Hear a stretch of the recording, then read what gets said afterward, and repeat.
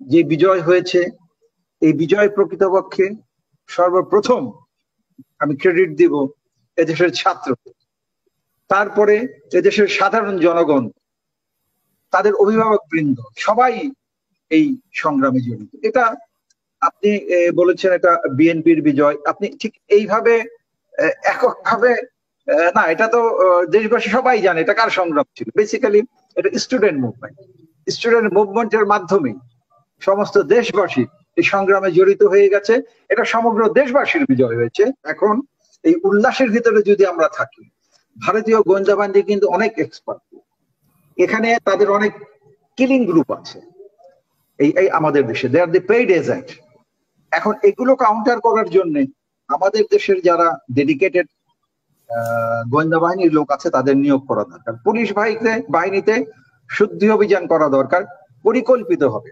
যারা প্রকাশ্যে একটা দলীয় নেতার মতো বক্তৃতা দিয়েছে তার দ্বারা কখনো পুলিশ বাহিনী চলতে পারে না। যে ভারতীয় সশস্ত্র লোক গোষ্ঠী এই দেশে অপারেট করছে এবং তারা এখানে এই ধরনের কর্মগুলো করেছে। তো নেক্সট যে গভর্নমেন্ট হবে সেই গভর্নমেন্টকে ভারত মুক্ত হতে হবে। আমার কথা হলো আমরা স্বাধীন দেশ, আমরা ইস্ট ইন্ডিয়া কোম্পানির আন্ডারে থাকতে চাই না। সর্বপ্রথম এই স্বৈরাচার হটাও সংগ্রামে যে সমস্ত ছাত্র জনতা শহীদ হয়েছে তাদের আত্মার মাগফিরাত কামনা করছি আমি। তারাই হলো এই সংগ্রামের মহানায়ক। 1971 সালেও আপনি দেখবেন তখন আমার চোখের সামনে এইসব ঘটনা ঘটেছে। ছাত্ররাই কিন্তু 71-এর মুক্তি সংগ্রামের নেতৃত্ব দিয়েছিল 1 মার্চ 1971 ঢাকা বিশ্ববিদ্যালয় থেকে। এবং সেই দিন মাত্র একজনকে হত্যা করেছিল পাক বাহিনীরা ফার্মগেট এলাকায়। তার রক্তমাখা কাপড় ঢাকা ইউনিভার্সিটিতে নিয়ে যাওয়া হয়েছিল দুপুরে। সেদিন আমরা ওখানে ছিলাম। সেই যে আগুন জ্বলেছিল বাঙালির ভিতরে স্বাধীনতা সংগ্রামের জন্য, সেই আগুন কিন্তু শেষ পর্যন্ত 16 ডিসেম্বরে সে আগুন শেষ হয়েছে এবং এই দেশের বিজয় হয়েছে। স্বৈরাচার একটা যে পতন হয়েছে, এই পতনের পিছনে কতগুলো লাইফ চলে গেছে, এটা আসলে কোন স্বৈরাচার বুঝতে চায় না। তারা তাদের ক্ষমতার মোহে অন্ধ হয়ে যায়। আজকে মনে করেন শুধু দেশ না, সমস্ত রাজনৈতিক দল ইনক্লুডিং আওয়ামী লীগ দল, ডিফেন্স বলেন, পুলিশ বলেন, সিভিল প্রশাসন বলেন, মাইনরিটি কমিউনিটি বলেন, সবাইকে প্রচন্ড বিপদের মুখে রেখে একজন পালিয়ে গেছে। কোন গণতান্ত্রিক নেতা নেত্রী কখনো ক্ষমতা বদল হলে পালিয়ে যায় না। পৃথিবীতে অনেক ইতিহাস আছে। এটা একমাত্র যারা স্বৈরাচার থাকে, যারা জনগণের ইচ্ছার বিরুদ্ধে শাসন পরিচালনা করে, জনগণের উপর এক্সট্রিম প্রভাব চালায়, তারাই ভয়ে দেশ ছেড়ে পালিয়ে যায়। আজকে যে বিজয় হয়েছে, এই বিজয় প্রকৃতপক্ষে সর্বপ্রথম আমি ক্রেডিট দিব এদেশের ছাত্র, তারপরে এদেশের সাধারণ জনগণ, তাদের অভিভাবক বৃন্দ, সবাই এই সংগ্রামে জড়িত। এটা আপনি বলেছেন এটা বিএনপির বিজয়, আপনি ঠিক এইভাবে এককভাবে না, এটা তো দেশবাসী সবাই জানে এটা কার সংগ্রাম ছিল। বেসিক্যালি এটা স্টুডেন্ট মুভমেন্ট, স্টুডেন্ট মুভমেন্টের মাধ্যমে সমস্ত দেশবাসী এই সংগ্রামে জড়িত হয়ে গেছে। এটা সমগ্র দেশবাসীর বিজয় হয়েছে, এক্সেপ্ট স্বৈরাচার এবং স্বৈরাচারের দেশ বাদ দিয়ে। তো সেই জন্য এককভাবে কোনো দলের, কোনো ব্যক্তির বা কোনো গোষ্ঠীর বিজয় না, এটা দেশের গণতন্ত্রকামী জনতার বিজয়। আর এখন যে সমস্যাটা হচ্ছে আপনি দেখেন, শেখ হাসিনা তার কুটচালের মাধ্যমে সংবিধানকে কাটাছিড়া করে এমন একটা অবস্থায় রেখে গেছে, আপনি কোন ফর্মে তত্ত্বাবধায়ক সরকার নিয়ে আসবেন? there is no scope। তাহলে কি করতে হবে? ইমিডিয়েটলি প্রেসিডেন্টের মাধ্যমে একটা অর্ডিন্যান্স ইস্যু করতে হবে। এখন সেই অর্ডিন্যান্সের রূপরেখা কারা তৈরি করবে? বিশাল ফ্যাক্টর। সেই রূপরেখা কি ছাত্রদের কাছে গ্রহণযোগ্য হবে, সাধারণ জনতার কাছে গ্রহণযোগ্য হবে, অন্যান্য রাজনৈতিক দলের কাছে গ্রহণযোগ্য হবে?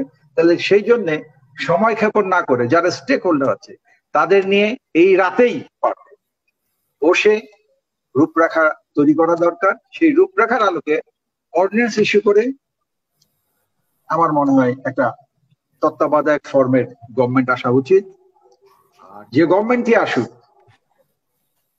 আমাদের সরকারের বিভিন্ন রন্ধ্রে রন্ধ্রে, এটা পুলিশ বলেন, সিভিল প্রশাসন বলেন, বিচার বিভাগ বলেন, প্রত্যেকটা রন্ধ্রে রন্ধ্রে আপনার ভারতীয় এজেন্ট ঢুকে আছে, রয়্যাল এজেন্ট। আমি এদের নাম দেই ইস্ট ইন্ডিয়া কোম্পানির দোসর। এরা হলো ইস্ট ইন্ডিয়া কোম্পানির দোসর। এবং ইস্ট ইন্ডিয়া কোম্পানি যেভাবে এই পাক ভারতকে শোষণ করেছে, এই আওয়ামী লীগ সরকার বিগত কয়েক বছর এই বাংলাদেশের জনগণের উপরে সেইভাবে শোষণ করে আছে। যার জন্য আমি জানি না আজকে রাজপথে আপনারা কয়জন ঘুরেছেন, আশা করি তো সবাই দেখেছেন। যখন আমি আমার ওয়াইফকে নিয়ে ইভেন পর্যন্ত রাস্তায় ঘুরে দেখেছি, প্রধানমন্ত্রীর অফিসের ভিতরে আমি গিয়ে দেখেছি লাখো জনতার উল্লাস। এটা কি কোনো একটা পার্টিকুলার দলের উল্লাস না, এটা সমগ্র জাতির উল্লাস। এখন এই উল্লাসের ভিতরে যদি আমরা থাকি, ভারতীয় গোয়েন্দা বাহিনী কিন্তু অনেক এক্সপার্ট, এখানে তাদের অনেক কিলিং গ্রুপ আছে এই আমাদের দেশে, দে আর দি পেইড এজেন্ট। এখন এগুলো কাউন্টার করার জন্য আমাদের দেশের যারা ডেডিকেটেড গোয়েন্দা বাহিনীর লোক আছে তাদের নিয়োগ করা দরকার। পুলিশ বাহিনীতে শুদ্ধি অভিযান করা দরকার পরিকল্পিত হবে। যারা প্রকাশ্যে একটা দলীয় নেতার মতো বক্তৃতা দিয়েছে তার দ্বারা কখনো পুলিশ বাহিনী চলতে পারে না। সিভিল ব্যুরোক্র্যাট যারা দলীয় ভাবে চলেছে তাদের দ্বারা চলবে না। Same goes with the judiciary. এখন এই জিনিসগুলো আইডেন্টিফাই করে আপনার একটা সুস্থ সিস্টেমে নিয়ে আসার জন্য যোগ্য ব্যক্তিদের সিলেক্ট করতে হবে। তাদের মাধ্যমে আপনার একটা তত্ত্বাবধায়ক সরকার করে এই দেশকে চালাতে হবে। সবচেয়ে বড় সমস্যা হলো দেশের কোষাগার কিন্তু শূন্য, স্বৈরাচার কিন্তু সব কিছু নিয়ে গেছে। আপনি বেতন দেওয়ার টাকা পাবেন না কয়দিন পর, মিল ফ্যাক্টরিতে আনরেস্ট শুরু হবে, দেশে কিন্তু একটা অ্যানার্কি সৃষ্টি হবে। যারাই আসবে এই সরকারে তাদেরকে খুব সুচিন্তিত ভাবে কঠোর হস্তে এই অর্থনীতিকে ম্যানেজ করতে হবে, তাহলেই আমরা এই স্বৈরাচার থেকে উত্তরণ সফলভাবে উত্তরিত হতে পারবো। এই স্টেক হোল্ডার হলো ছাত্ররা। এখানে যেই ফর্মে গভর্নমেন্ট হোক না কেন, ছাত্রদের মতামতকে প্রাধান্য দিতে হবে, তাদের সাথে কনসাল্ট করেই এই সরকারটা গঠন করতে হবে, তাহলেই এই সরকারের স্থায়িত্ব থাকবে। তা না হলে এখানে আমাদের প্রশাসনের বিভিন্ন রন্ধ্রে যেভাবে ভারতীয় গোয়েন্দা বাহিনীর চররা লুকিয়ে আছে, তখন দেখা যাবে কি ওই চরদেরই একটা তালিকার মাধ্যমে এখানে গভর্নমেন্ট ফর্ম হয়েছে, এবং আফটার ফিউ মান্থস দেখা যাবে এই যে বিজয়টা অর্জিত হয়েছে এটা নৎসাৎ হয়ে যাবে। এখন দুটা ক্ষেত্রে খুব ভেরি ইম্পর্টেন্ট ইস্যু।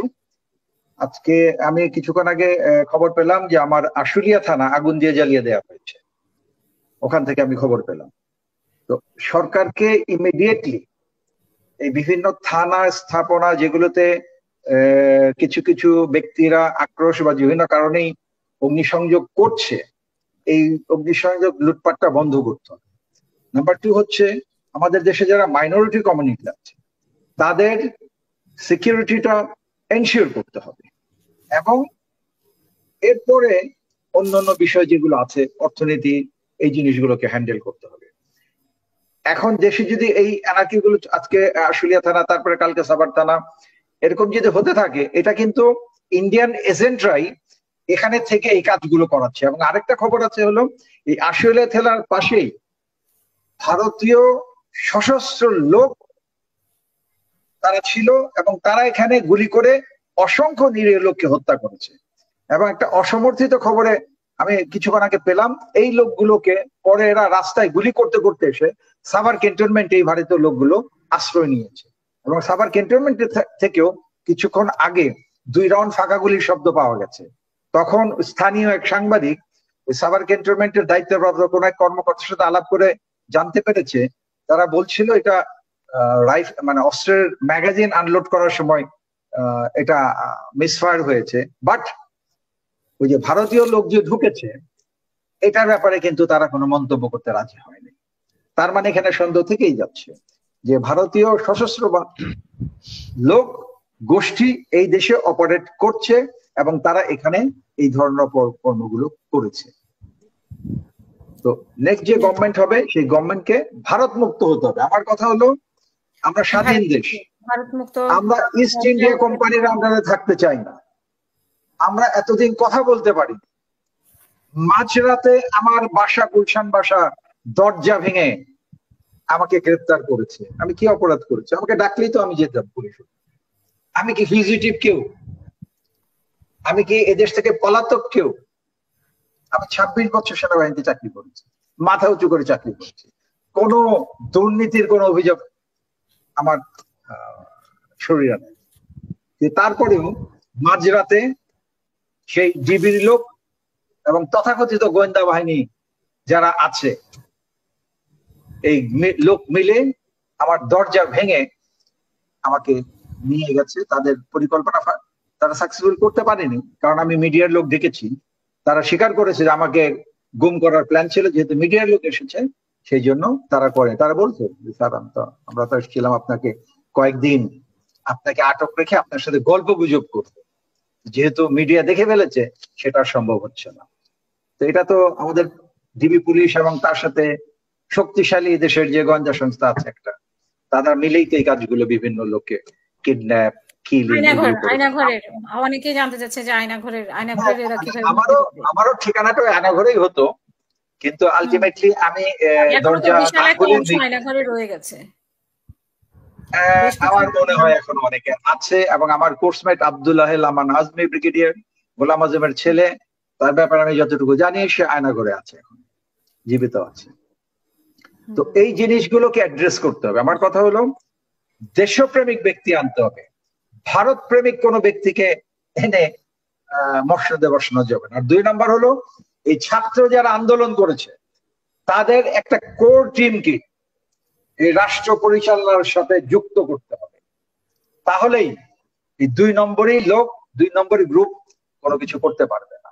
আর এইভাবে যদি সরকার গঠিত না হয়, আমি নিশ্চিত সামনে আমাদের জন্য আরো ভয়াবহ দিন অপেক্ষা করছি।